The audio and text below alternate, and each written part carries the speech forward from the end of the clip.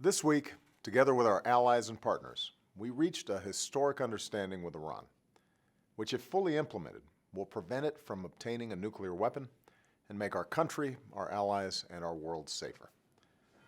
This framework is the result of tough, principled diplomacy.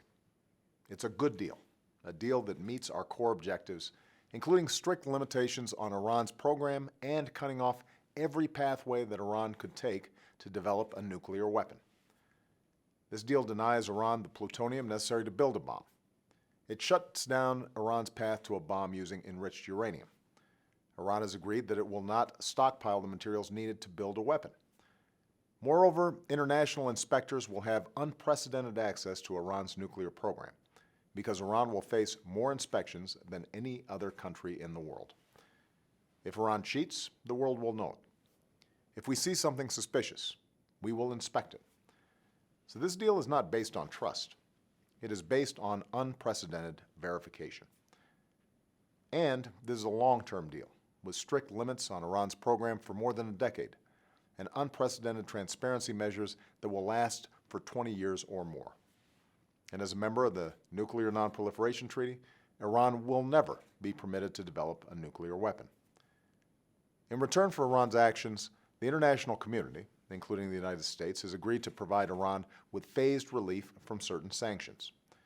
If Iran violates the deal, sanctions can be snapped back into place. Meanwhile, other American sanctions on Iran for its support of terrorism, its human rights abuses, its ballistic missile program, all will continue to be enforced. As I said this week, many key details will need to be finalized over the next 3 months, and nothing is agreed to until everything is agreed. And if there's backsliding, there will be no deal. Here in the United States, I expect a robust debate. We'll keep Congress and the American people fully briefed on the substance of the deal. As we engage in this debate, let's remember, we really only have 3 options for dealing with Iran's nuclear program. Bombing Iran's nuclear facilities, which will only set its program back a few years while starting another war in the Middle East. Abandoning negotiations and hoping for the best with sanctions, even though that's always led to Iran making more progress in its nuclear program. Or a robust and verifiable deal like this one that peacefully prevents Iran from obtaining a nuclear weapon. As President and Commander-in-Chief, I firmly believe that the diplomatic option, a comprehensive long-term deal like this, is by far the best option for the United States, for our allies, and for the world. Our work, this deal, is not yet done.